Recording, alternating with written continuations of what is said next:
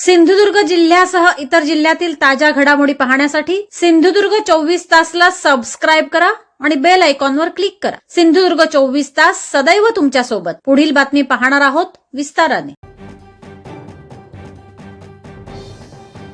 मुंबई गोवा महामार्गावरील वेताळ बांबर्डे पंदूर सीमेवरील मागील 5 ते 6 वर्ष रखडलेल्या अपूर्ण लेनचे काम युद्धपातळीवर सुरू करण्यात आले आहे।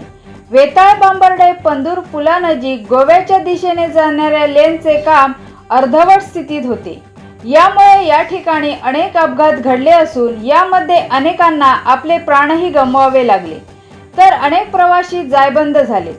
तसेच या ठिकाणी होत असलेल्या अपघातांमुळे बाजूला असलेल्या लोकवस्तीला धोका निर्माण झाला होता।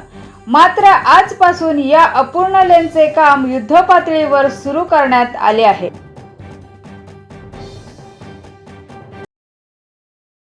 सिंधुदुर्ग जिल्ह्यासह इतर जिल्ह्यातील ताज्या घडामोडी पाहण्यासाठी सिंधुदुर्ग 24 तासला सबस्क्राइब करा आणि बेल आयकॉनवर क्लिक करा। सिंधुदुर्ग 24 तास सदैव तुमच्या सोबत।